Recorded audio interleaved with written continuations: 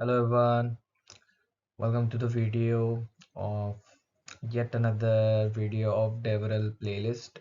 My name is Shubham Dhar and today we will be talking about enhancing the whole developer experience.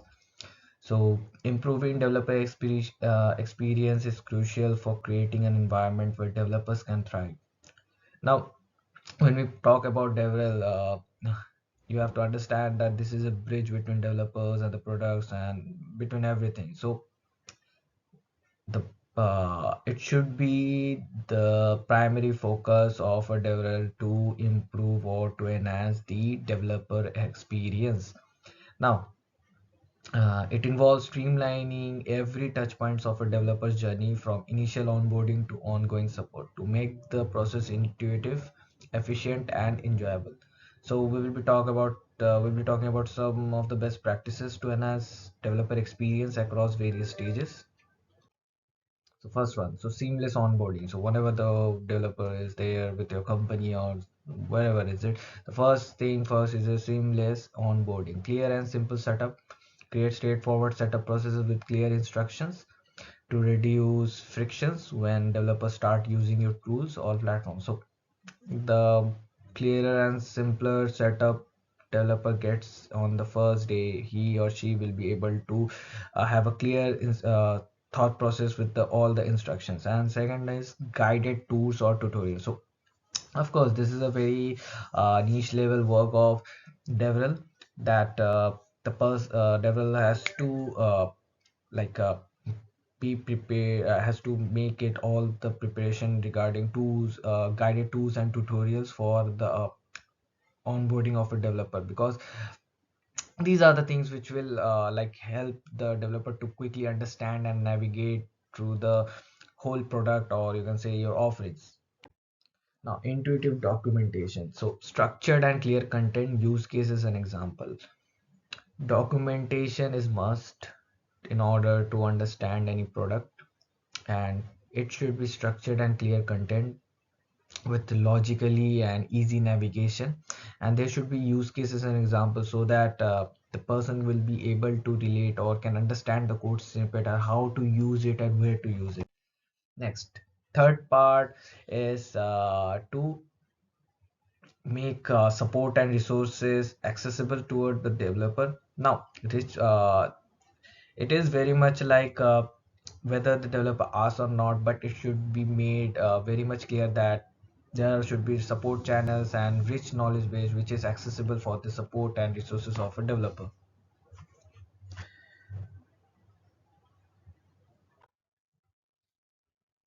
Fourth part is all about consistency and reliability. Now, under consistency, the first thing I mentioned is stable APIs and services.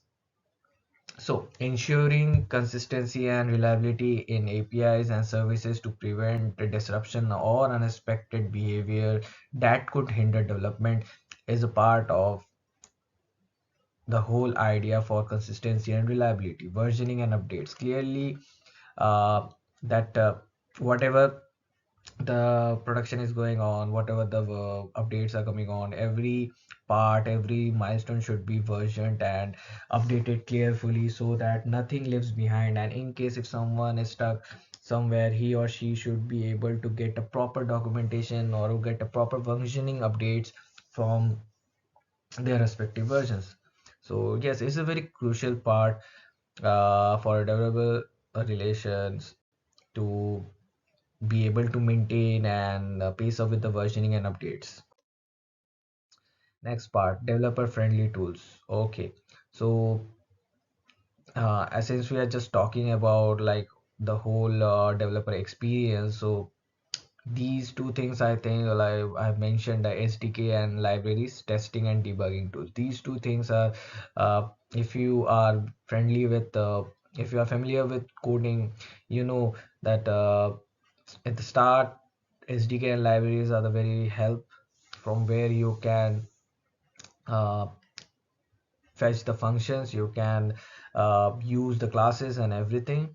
And finally, before making it product very much ready and to be launched, the developer must test it and debug it So there are several tools for that. So the very first and the very last step of the every journey is very like should be developer friendly tools.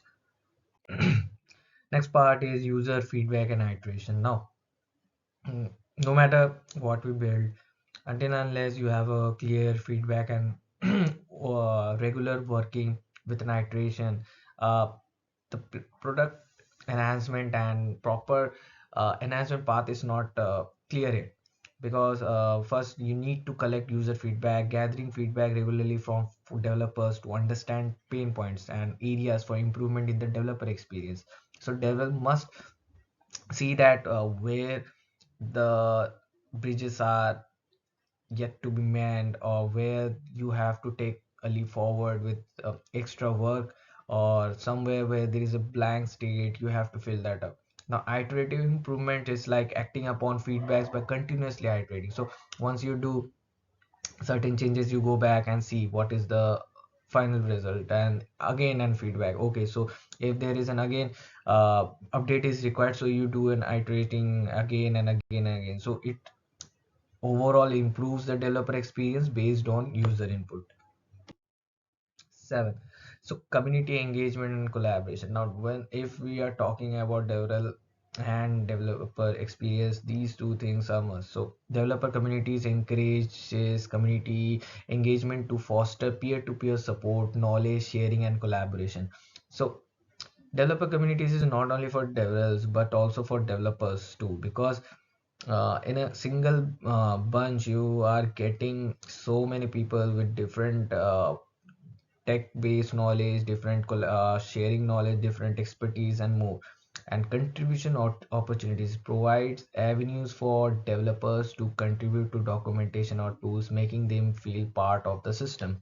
So this part is much more like a psychological way, like how to create a fort around the whole engagement and experience. Okay, so performance and scalability. Optimize performance, ensure high performance and scalability of tools or APIs to support developer working on project of varying sizes and complexities.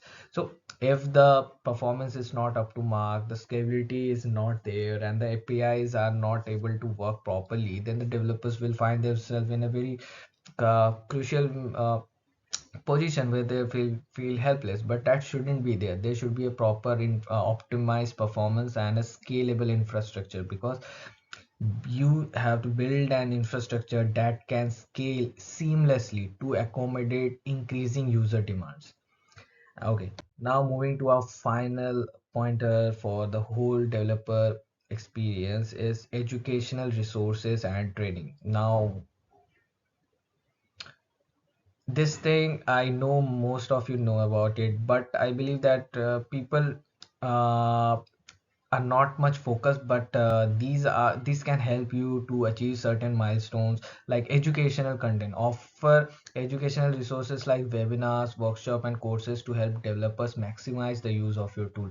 So the main reason why there are so many webinars is to just create an awareness, not only just create an awareness but also help the developers to understand what they can take from it, what all the options are available.